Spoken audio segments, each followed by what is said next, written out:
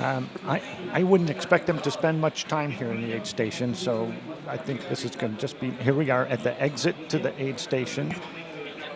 There they go, on their way out. They're one right after the other. It's like they're running together. Yeah. This, it's confusing information coming in on the, according to the live trail system, the top two runners are actually Thibaut Baronian, as we said, but also Mark Lauenstein, the Swiss runner. And I don't see the Japanese runner in the aid station, so I'm not sure if this is a mistake because they were all together. So yeah, so this runner here is actually that was the French runner, from Team ASICS. That's Thomas Angeli, who was 4th position. So we haven't seen the Japanese runner, and that's interesting. So that one we just need to watch whether we've got an error on the chart, or whether there is actually something that's happened to the Japanese runner. And the photographer was just following them.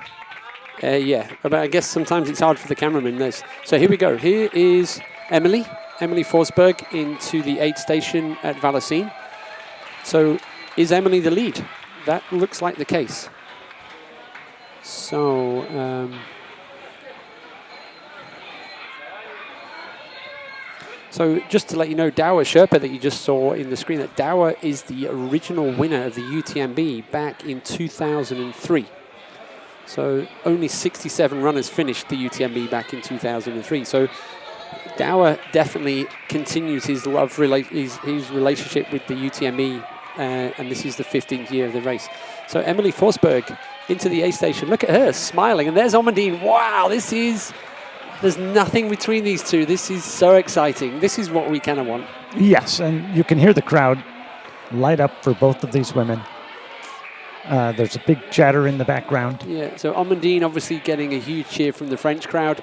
Emily getting a huge cheer from the French crowd. You know, Emily and Killian, they kind of were living around this area for so long as well. So that's kind of how this one's going. But yeah, and also the crowd, the first women always get a massive cheer from the runners. And there you go.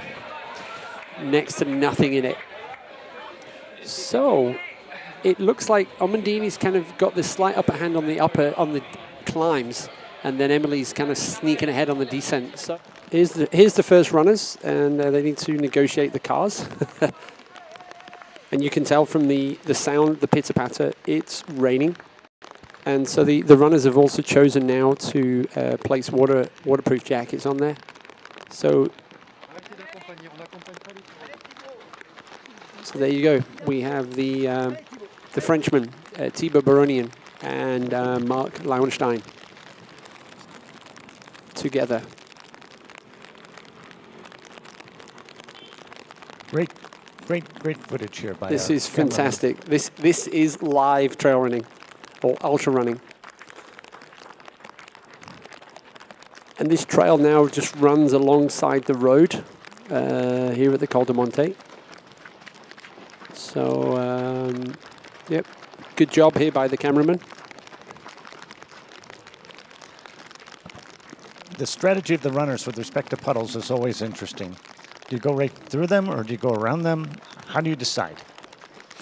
I think I kind of go through them, and I don't know if that's just because as a child you were told you weren't allowed to do that by your parents, so now you just do it. But these guys seem to be just, I think they're putting their feet where they know there's something below their feet. In the puddle, there's no idea what's in there, so they're slightly more sensible than I am. Yeah. In the shallow water, runners tend to just run straight through and don't worry about getting wet. No. But in the where it's really deep, and you can't tell what you're going to land on. No. So this is our third, I believe this is our third place runner now. So he's got a time gap of about 3 or 4 minutes on the front two runners, and that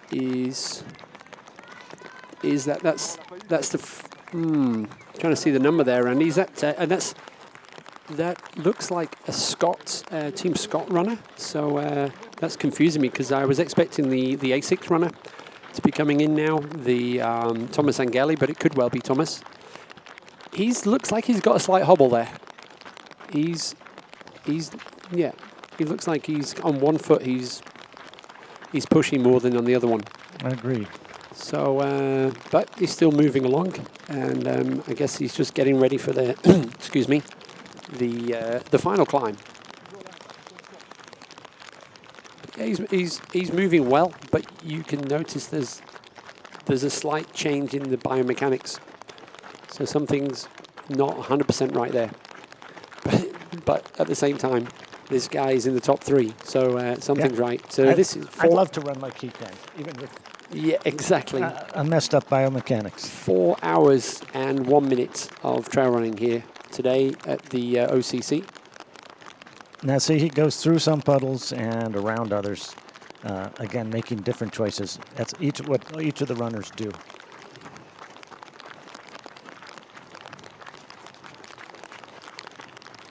Whoa! So that runner is number 42. That doesn't make a lot of sense to me. I'm not sure that's correct. So that's what's going on in the women's race. There we go. So this is, it's definitely not Emily. And I wonder if that is Eli. Because we've been less familiar with Eli so far. So this is either Eli or Amandine. So hopefully our race director is better than us and has got some more information. But she looks strong, and yeah, she is moving, and she's not hanging around for the other two. So she's definitely putting the hammer down. I remember the third person wearing a jacket like this, right, covered over the pack. Sure. Yes, here you are right. So exactly. yeah, Eli. So at the bottom of the climbing tree, on the first two girls were looking strong, but she just looked like she had something going on. So yeah, so the Spaniard, so Depa, our Spanish colleague in the other room, is going to be super excited right now that she's going, and she's going some as well. So she's smoking it down the hill. Wow! Look Bang. at those. So she let the other two kind of like keep pushing each other, and then she's just vroom. So yeah, that's a fantastic performance by Eli to crank it up. But you know what? There's still a long way to go.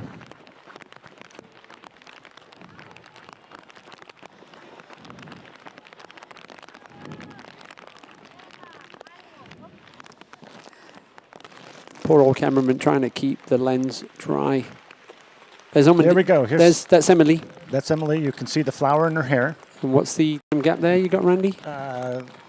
Now, the place where those people were. 2 minutes? About 2 minutes. Okay, so 12:46 now. Yeah, so there's Emily, and then we're just trying to work out where Amandine is. But yeah, fantastic performance by Eli or Ellie. Should we call her Ellie? I think it's Ellie more than Ellie. So yeah, so fantastic by Ellie and Emily.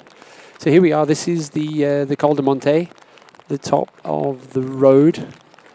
And instead of going onto the road, you see the traffic there. The trail goes on the left-hand side. So everyone's like, "What are you doing running alongside me with your camera?" So she's just had a quick look round, see where the others are. But yeah, she's going well. Here she comes. So that's Amandine. And she's still moving really well. It's just incredible how that gap has appeared on that last section. You know, if she had trouble running up the gradual hill. Yes, and she was just hiking it. And she was just hiking it. That's what would have made the difference. That's one of those kind of things where if everybody's hiking, it's fine. But out of Argentière to Col de Montets, it's a gradual climb. Yeah. Some can run and some are just going to walk it. No, absolutely.